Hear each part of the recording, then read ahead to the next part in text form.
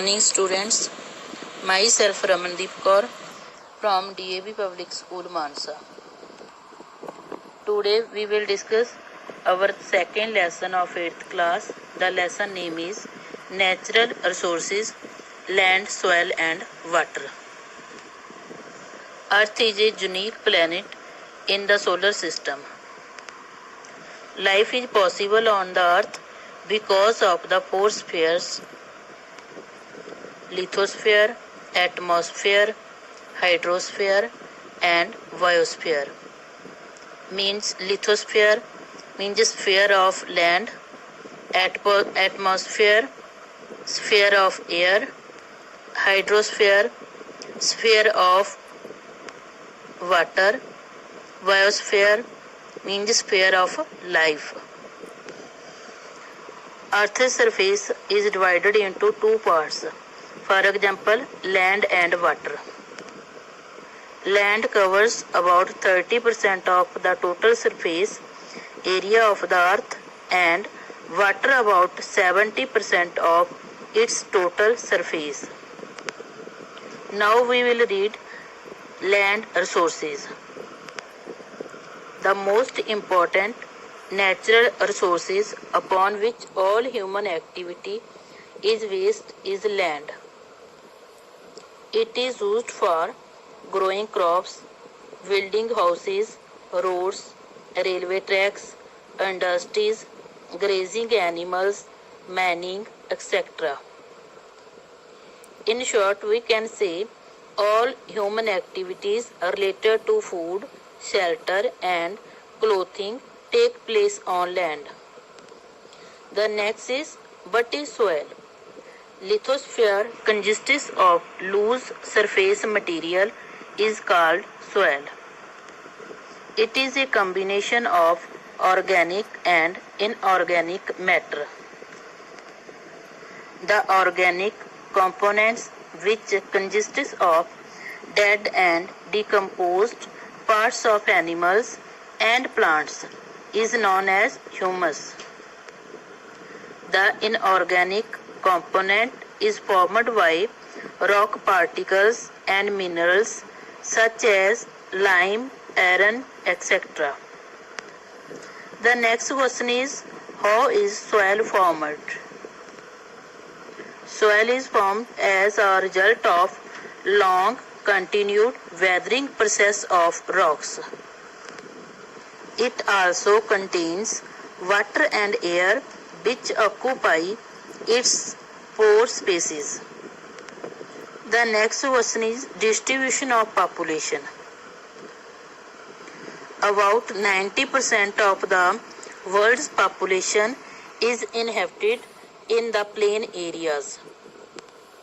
Areas like tropical and subtropical areas.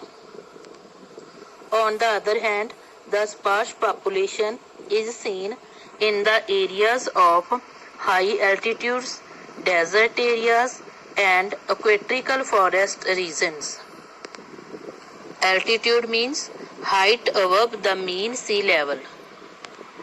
Sparse population is there where temperature is either too hot or too cold.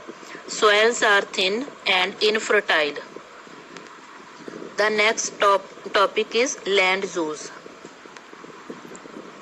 Land is used for various purposes like cultivation of crops, buildings of houses, construction of roads and railways, grazing of animals, etc. This is commonly known as land use pattern.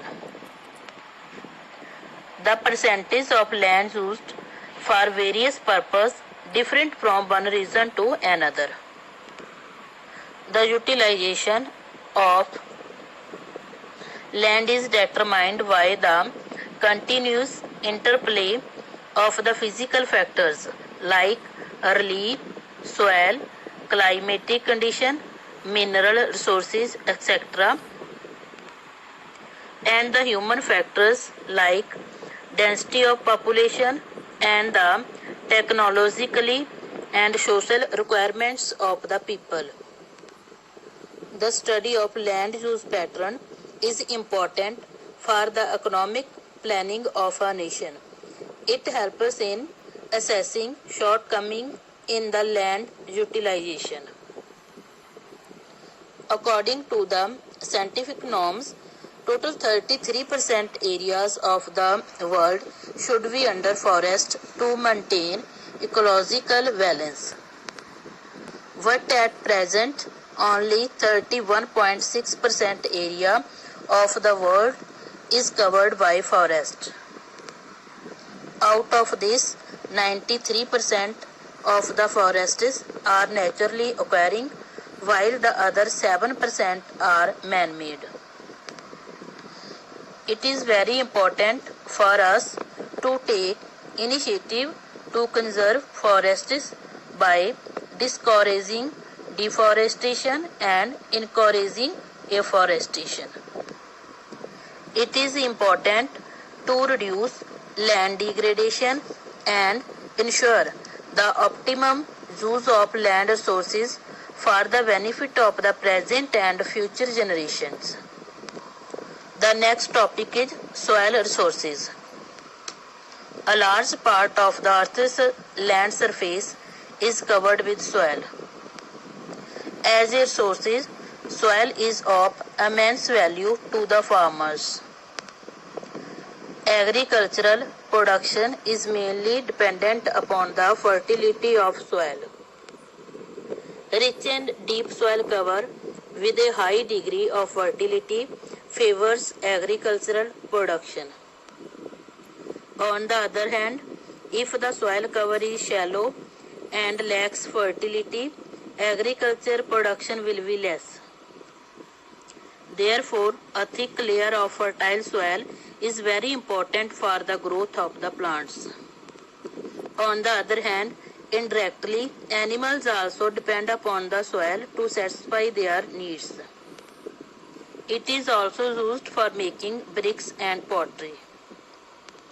The next question is factors affecting the soil formations.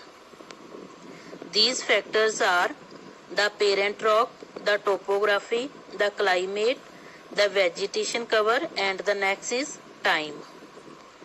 First we read the parent rock.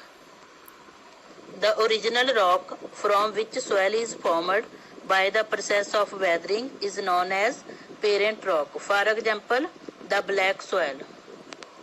The next is the topography. Topographical variations such as mountains, plateaus, and plains affect the thickness of the soil cover.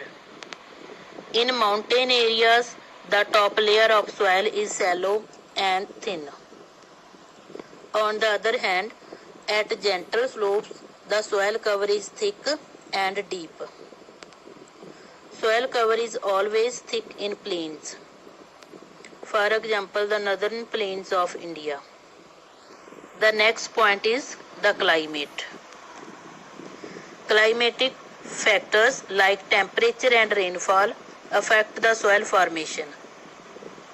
In the areas of high rainfall and extreme temperature, rocks are easily weathered. For example, in Rajasthan, due to extreme differences in day and night temperatures, rocks expand and contract, which resulted in quick formation of the soil. The next point is the vegetation cover. At times, plants grow in the cracks in a rock. With time, roots of these plants start penetrating in the cracks and make them wider. As a result, cracks disintegrated into smaller pieces and help in the soil formation. Remains of dead or decomposed plants and animals provide humus to the soil, which enriches the fertility of the soil. The next point is time. Time gives maturity to the soil. Soil takes thousands of years to develop a very thin layer of soil on the earth's surface. For example, the Ganga and Brahmaputra deltas. The next is fertile soil is essential for agriculture.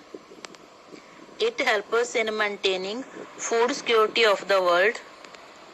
But it has been observed that the fertility of soil is damaged by soil erosion. Now the next question is, what is soil erosion?